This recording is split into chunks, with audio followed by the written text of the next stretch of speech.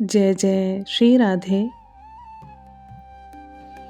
अहेतु की अनंत अखंड कृपा हर पल हर क्षण हम सभी पर अनवरत बरस रही है। परम पूज्य श्री गुरुदेव भगवान की कृपा से आज हम एक बहुत ही महत्वपूर्ण विषय पर चर्चा करने का प्रयास करेंगे। अष्टयाम सेवा। ये सेवा हमारी स्वामिनी श्री राधा जी की अत्यंत महत्वपूर्ण सेवा मानी जाती है। लगभग हर संप्रदाय में 8 पहर की सेवा का महत्व बताया गया है, लेकिन विशेष रूप से राधा वल्लभ संप्रदाय में श्री लाडली जी की अष्टयाम सेवा की बहुत बड़ी महत्ता है। कहीं कहीं इस सेवा को बहुत नियम पूर्वक करने के लिए कहा जाता है और कहीं ये भी कहा जाता है कि साधक अपनी स्थिति के अनुसार 2 या 3 पहर की सेवा भी कर सकता है। लेकिन जो लोग परम पूज्य श्री सद्गुरुदेव भगवान से दीक्षा ले चुके हैं या जो राधा वल्लभ संप्रदाय से जुड़े हुए हैं, उनके लिए अष्टयाम सेवा का महत्व बहुत अधिक बताया गया है। अब प्रश्न ये आता है कि गृहस्थ जीवन में रहते हुए हम अष्टयाम सेवा कैसे करें, क्योंकि गृहस्थ जीवन में बहुत सारी जिम्मेदारियां होती हैं। कभी समय नहीं मिलता, कभी घर के लोग सहयोग नहीं करते, कभी परिस्थितियां अनुकूल नहीं होती। तो आज हम गुरु कृपा से इसी विषय पर चर्चा करने का प्रयास करेंगे।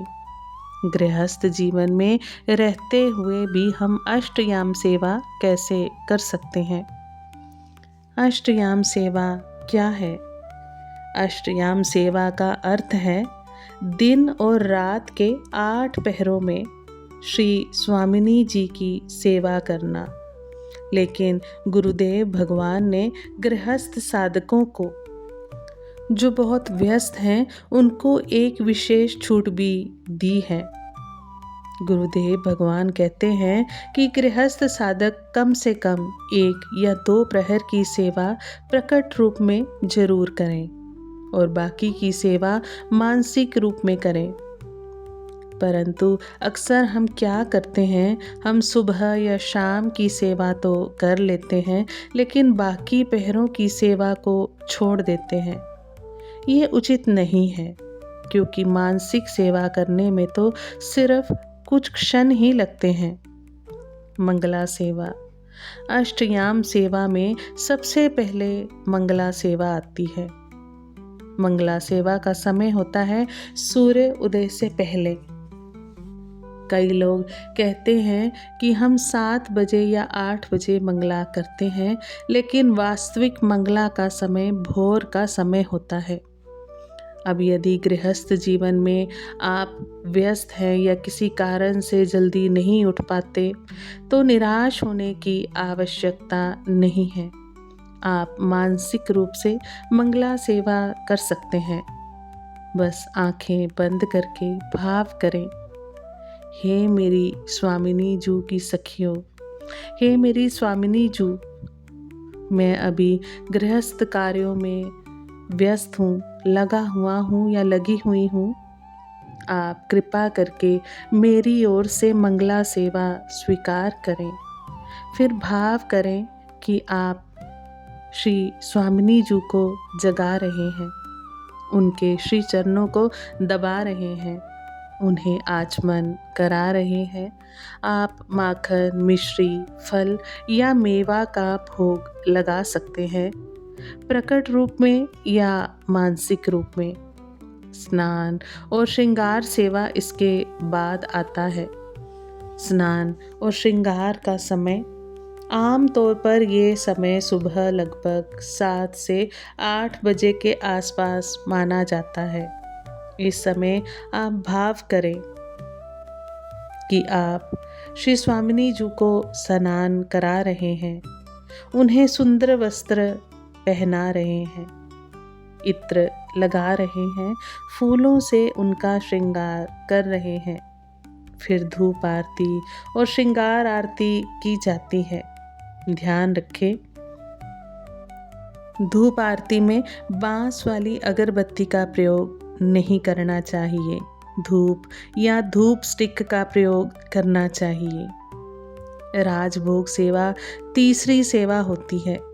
राजभोग सेवा का अर्थ है श्री स्वामिनी जी को विभिन्न प्रकार के भोग अर्पित करना।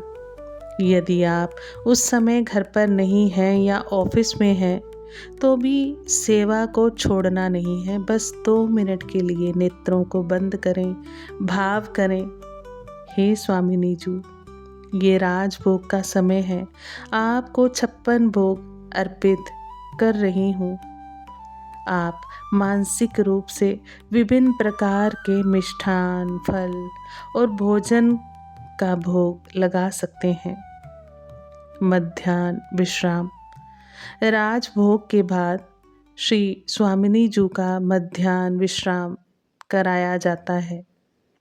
आप भाव करें कि आपने श्री स्वामिनी जी के लिए सुंदर शैया सजाई है। सखियों से प्रार्थना करें, हे सखियों, मेरी स्वामिनी जी का ध्यान रखना। यदि उन्हें भूख या प्यास लगे तो ये भोग उन्हें अर्पित कर देना। संध्या सेवा। इसके बाद संध्या समय में स्वामिनी जी को फिर से जगाया जाता है। उनके श्री चरण दबाए जाते हैं, उन्हें आचमन कराया जाता है और फिर संध्या भोग अर्पित किया जाता है। इसके बाद संध्या आरती की जाती है। इस समय ब्याहुला सुनाना भी बहुत शुभ माना जाता है। रात्रि शयन सेवा। अष्टयाम सेवा की अंतिम सेवा है रात्रि शयन सेवा। इस समय स्वामिनी जी को दूध का भोग लगाया जाता है। ध्यान रखें, दूध बहुत गर्म या बहुत ठंडा नहीं होना चाहिए। दूध में मिश्री डालना श्रेष्ठ माना गया है। इसके बाद स्वामिनी जी को शयन कराया जाता है। भाव करें कि आपने फूलों से सजी सुंदर सेज तैयार की है।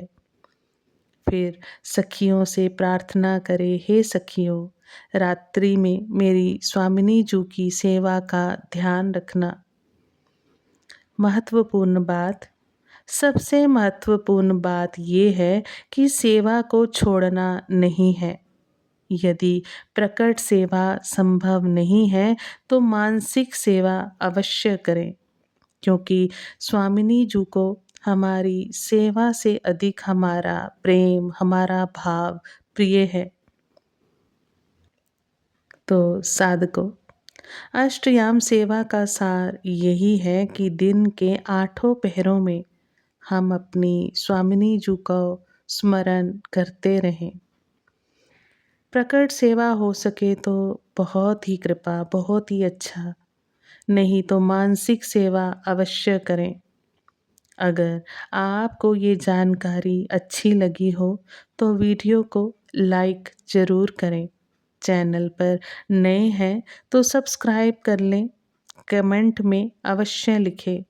राधा वल्लभ, श्री हित हरिवंश। आज हम वाणी को यहीं विश्राम देते हैं।